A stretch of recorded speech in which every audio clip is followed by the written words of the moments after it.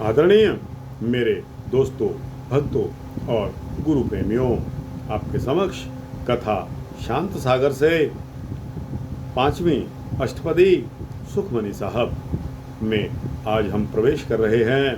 दोस्तों, यह बहुत ही अच्छा वृतांत होने वाला है। आपसे विनती है कि बने रहिए इस वृतांत के अंत तक। तो दोस्तों और गुरु प्रेमियों, आइए शुरू करते हैं इस वृतांत को। सबसे पहले श्लोक आता है, देनहार प्रभु छोड़ के,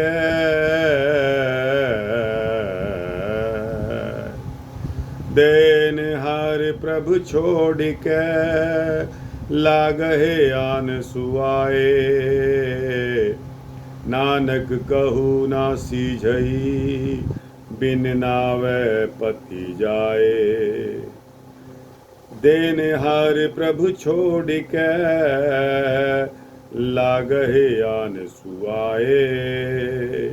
अर्थात भेंट देने वाले प्रभु को छोड़कर जो आन सुआए अन्य प्रयोजनों में लगते हैं। नानक कहू न सीझई, बिन नावे पति जाए। गुरु जी फरमाते हैं कि उनका किसी तरह से भी सीझई यानी कि कल्याण नहीं होता। नाम सिमरन के बगैर उनकी इज्जत जाती रहती है।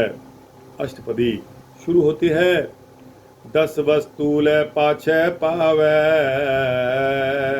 एक बसत कारण बिखोट गवावे। पहला अर्थ, किसी साहूकार के पास एक नौकर काम करता था। कामकाज करते करते जब उसे कई साल बीत गए तो उसकी नेक नियत देखकर साहूकार के दिल में दया आ गई कि इसका परिवार अब बड़ा हो गया है, इसे कोई अलग व्यापार करवा दिया जाए ताकि यह अपना गुजारा अच्छी तरह चला सके। इतना सोचकर साहूकार ने 10,000 रुपये देकर उसे अलग दुकान खुलवा कर दे दी तथा 1,000 रुपये अलग से देकर कहा कि यह मेरी अमानत रख लो, जब कभी मुझे जरूरत पड़ेगी तो मैं आपसे ले लूँगा। उसने वह रुपया लेकर रख लिया। जब गद्दी पर बैठकर व्यापार को अच्छी तरह चलाया और कुछ समय पश्चात ही जब साहूकार ने आकर अपने 1,000 रुपये उससे वापस मांगे तब नौकर ने कहा 1 सप्ताह तक दे दूंगा। साहूकार चुपचाप चला गया। जब 1 सप्ताह बीत गया, साहूकार फिर मांगने आया तो उसने जवाब दिया कि अभी तैयार नहीं हुए। आखिर कुछ चक्कर लगवाने के बाद वह मुकर गया कि अभी मैं आपके रुपए नहीं दे सकता। इस भाव को मुख रखते हुए गुरु साहब ने फरमाया कि 10 वस्तु ले पाछे पावे, 10,000 रुपये लेकर नौकर ने पीछे दुकान में डाल दिया, अर्थात सौदा लाकर अपनी दुकान भर ली तथा एक बसत कारण बिखोट गवावे, अर्थात 1,000 रुपये जो साहूकार ने अपनी अमानत रखी थी उस रुपये के ना देने से नौकर अपना विश्वास गवा बैठा। एक भी दे 10 भी हरि ले,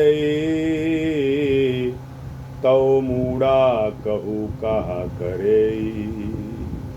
यदि साहूकार 1,000 रुपये भी न देवे तो 10,000 रुपये दिए हुए भी हरि छीन ले, अर्थात पुनः 1,000 रुपये वापस न देने के कारण यदि साहूकार अपना 10,000 रुपये भी छीन ले तो बताओ वह मूर्ख क्या कर सकता है। जिस ठाकुर स्यों नाही चारा,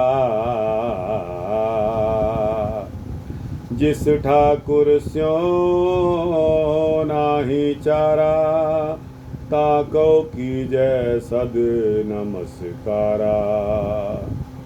अर्थात जिस मालिक से कोई जोर नहीं चल सकता, उसे प्रायः नमस्कार करिए।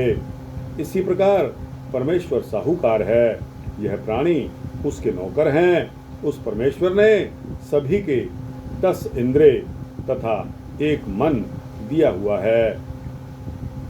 यह 10 इंद्रियां और मन देकर जीवों को कह दिया कि 10 इंद्रियों के साथ जो भी आपका व्यवहार है वह तुम किए जाओ, परंतु मन को संसार की ओर मत लगाना, वह मन मेरी ओर लगा कर रखना। यह बातें सुनकर भी 10 वस्तु ले पाछे पावे, परमेश्वर से 10 इंद्रिय लेकर जीव ने अपने पीछे संसार की ओर डाल दिए हैं। एक वस्त कारण बिखोट गवावे, एक मन वस्तु के ना देने के कारण बिखोट यानी कि अपना विश्वास गवा बैठता है। दोस्तों, अपना मन प्रभु पिता परमेश्वर परमात्मा वाहिगुरु अल्लाह में लगाए रखिए।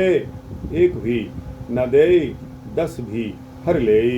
एक मन वस्तु के ना देने के कारण भी पुनः यदि वह 10 इंद्रियां रूप वस्तु ही छीन ले, अर्थात यदि वह परमेश्वर एक मन भी न दे तथा 10 इंद्रिय भी छीन ले, तो मूड़ा कछु कहा करे। तो बताओ यह मूर्ख क्या कर सकता है। जिस ठाकुर स्यो नाही चारा, जिस परमात्मा पर इस जीव का कोई जोर नहीं चल सकता, ताको कीजय सद नमस्कारा, उसे हमेशा ही नमस्कार करो, प्रणाम करो। इसी प्रत्याशा से भक्त नामदेव जी ने त्रिलोचन देव जी को समझाया है। नामा कहे त्रिलोचना,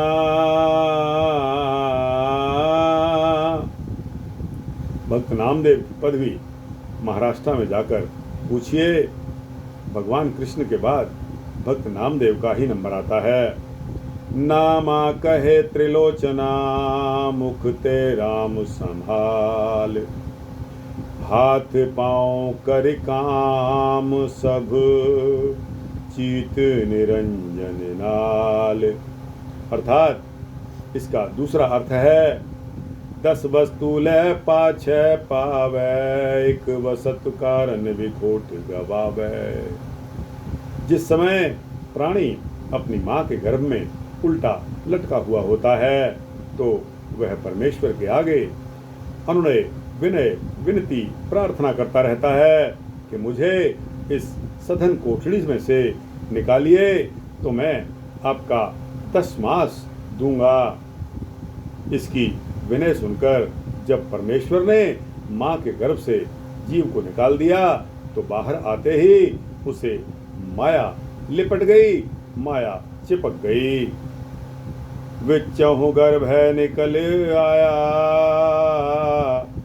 खसम विचार खसम विसार, दुनी चित लाया। विचहु गर्भ है निकल आया, खसम विसार दुनी चित लाया। अर्थात उस माया के प्रभाव से जो इसने 10 मास देने का वादा किया था कि बाहर आकर इन श्वासों द्वारा मैं प्रभु पिता परमात्मा वाहिगुरु अल्लाह का भजन करूँगा, वह सब भूल गया। वही बात गुरु जी ने बताई है कि 10 मास वस्तु तो प्रभु से लेकर पीछे डाल दी, यानी सभी श्वास संसार की तरफ लगा दिए।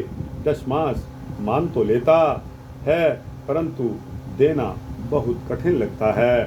दोस्तों, बाहर आते ही इस संसार की माया के चक्कर में हम पड़ जाते हैं। और उस प्रभु पिता परमात्मा से हमने जो संकल्प लेकर आए थे, वादा करके आए थे कि मैं तेरा भजन करूँगा, तेरा नाम जपूँगा, उस सब को हम भूल जाते हैं।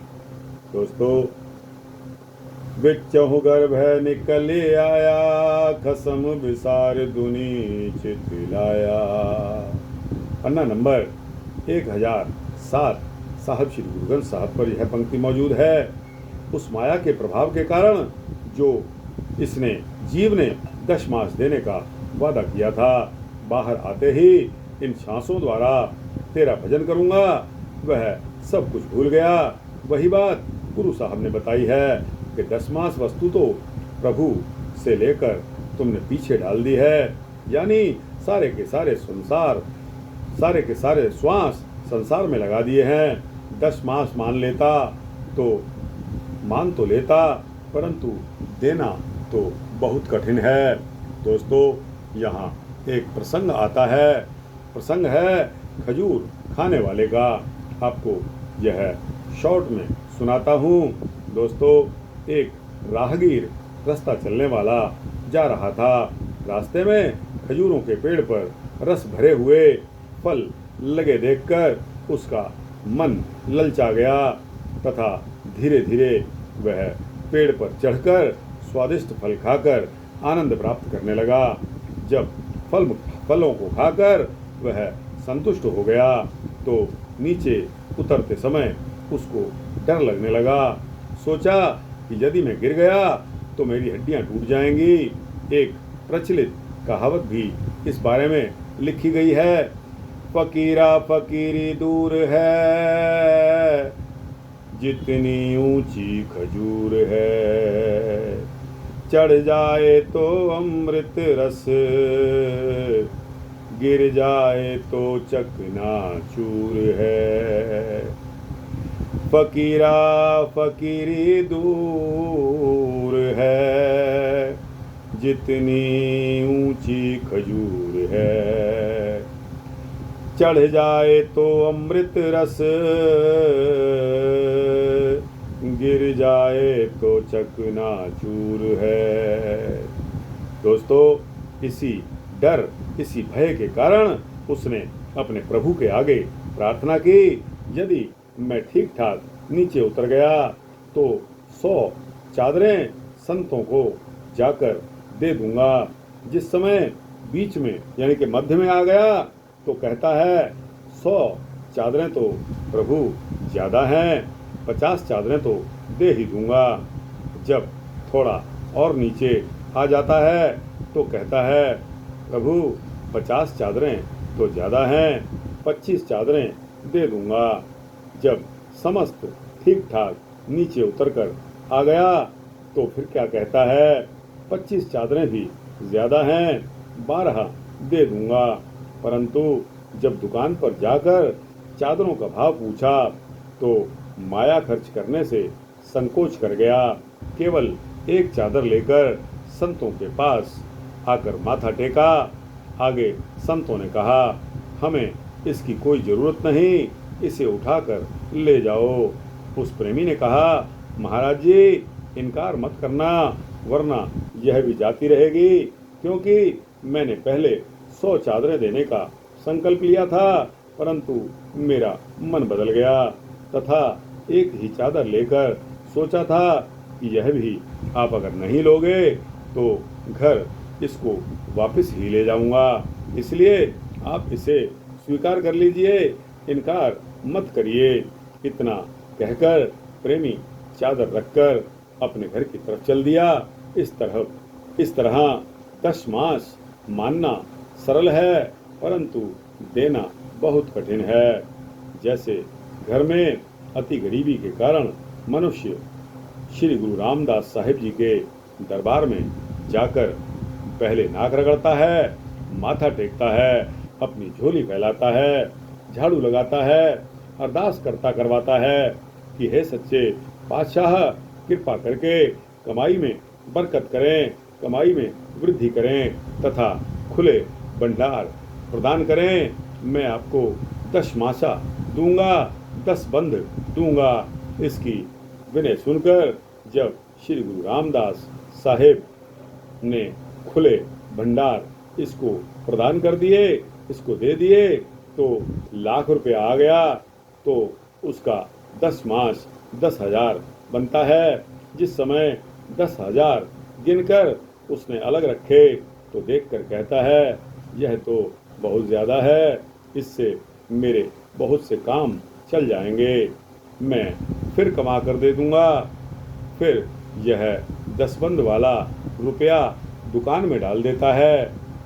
जीव की इस बात पर गुरुजी ने कुछ फरमाया है कि तीसरा अर्थ क्या है। उस वस्तु ले 10 वस्तु ले पाछे पावे, 10 वस्तु ले पाछे पावे। 10 मास अर्थात 10 बंद वस्तु लेकर इस जीव ने दुकान में डाल दी। 10 मास वाला रुपया श्री गुरु रामदास साहिब जी को जाकर देना था, परंतु इसने वो भी नहीं दिया। एक वस्तु कारण बिखोट गवावे, एक 10 मास वस्तु के ना देने के कारण यह जीव अपना विश्वास भी खो देता है। एक भी ना दे 10 भी हर ले, इस 10 बंद वस्तु के ना देने पर भी पुनः यदि परमात्मा पिता शेष 9 भाग भी हर लेता है, छीन लेता है, तो यह मूर्ख जीव, यह मूर्ख प्राणी क्या कर सकता है। इसी विचार के अनुसार दशमेश पिता साहब श्री गुरु गोविंद सिंह साहब ने कथन किया है। क्या कथन किया है। बाबे के बाबर के दो, आप करे परमेश्वर सो। बाबे के बाबर दो, बाबे के बाबर के दो, आप करे परमेश्वर सो। दीन साह इनको पहचानो, दुनीपति उनकी अनुमानो। जो बाबे के दाम न दई है, जो बाबे के दाम न दई है, तिनको गही बाबर के लई है। दे दे तिनको बड़ी सजाए, पुन लई है ग्रह लूट बनाई। यह पंक्तियां दशम ग्रंथ पृष्ठ 71 पर आई हैं। हरदयाल कवि इस बारे में कहते हैं कि धन के भागी 4 हैं, धर्म, चोर, नृप, आग, कोपय, तापय, भ्रातत्रय, करे जो, ज्येष्ठ, त्याग। धन के भागी 4 हैं, धर्म, चोर, नृप, आग, कोपय, तापय, भ्रातत्रय, करे जो, ज्येष्ठ, त्याग। इसलिए अपनी कमाई में से 10 बंद देना जीव के लिए आवश्यक है, 10 मास देना आवश्यक है। और दोस्तों, इसका अगला अर्थ आता है कि परमेश्वर ने जीव को मकान, मरब्बे, कुएं, कोठियाँ, कारें आदि अनगिनत पदार्थ दिए हैं। यदि एक पुत्र नहीं दिया तो प्राणी कहता है कि मुझे परमेश्वर ने कुछ भी नहीं दिया। इस बात को गुरुजी यथार्थ स्पष्ट करते हैं। 10 वस्तु ले पाछे पावे, अनगिनत वस्तुएं प्रभु से पाकर प्राणी पीछे डाल देता है और फिर भूल जाता है और फिर कहता है कि मुझे परमात्मा ने दिया ही क्या है। एक वस्तु कारण विखोट गवावे, एक पुत्र यानी कि एक पुत्र जो वस्तु कहा गया है, उस पुत्र के ना मिलने पर अपना विखोट, अपना विश्वास गवा देता है। एक भी ना दे 10 भी हर ले, यदि एक पुत्र भी वो परमपिता परमात्मा न दे तथा 10 अगणित वस्तुएं भी छीन ले। तव मूढ़ा कहु कहा करे। तो आप बताओ कि वह मूर्ख मनुष्य क्या कर सकता है। और दोस्तों और गुरु प्रेमियों, इसका 5वां अर्थ, इसका 5वां भाव यह आता है, 10 वस्तु ले पाछे पावे, एक वस्तु कारण विखोट गवावे। अर्थात आत्मिक वस्तु लेने के लिए संतों के पीछे लग जाइए, अर्थात संतों की शरण में पड़ जाइए, उनकी सेवा करिए तथा एक आत्मिक वस्तु की प्राप्ति के लिए अपने हृदय में विखोट यानी कि विशेष तौर पर अशुद्धता नाश कर दे। तो संत अपने उपदेश द्वारा उसे आत्मिक वस्तुएं 10-10 दे देते हैं। एक भी ना दे 10 भी हर ले, तव मूढ़ा कहु कहा करे। एक यमों का भी भय नहीं देते, बल्कि आत्म यानी कि वस्तु की प्राप्ति की शिक्षा बताकर भय को हर ले अर्थ कर देते हैं।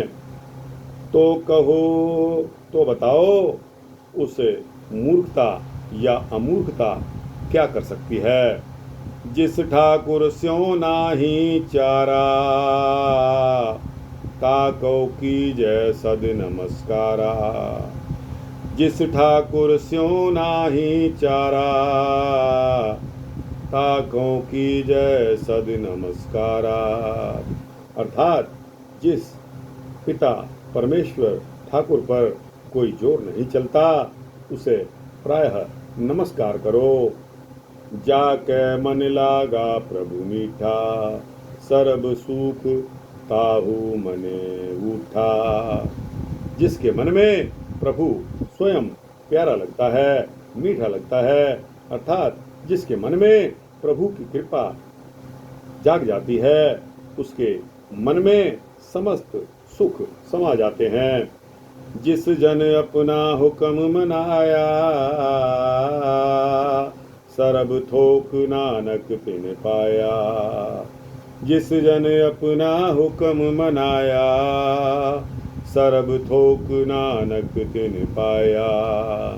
अर्थात जिस प्राणी से प्रभु ने अपने हुक्म की पालना करवाई है, गुरु साहब फरमाते हैं, कहते हैं कि उसने सभी थोक पदार्थों को पा लिया है। अगनत साहू अपनी देरासी, खात पीत बरते अनद उलासी। बादशाह शाह परमात्मा अपनी ओर से जीव रूप नौकर को अगणित पदार्थों को भेंट करता है। उस भेंट को लेकर जीव आनंद से खाता पीता और रहता है तथा उल्लास यानी कि खुशी से उसे प्रयोग करता है। अपनी अमान कछु बहुर साहुले, अज्ञानी मन रोष करे।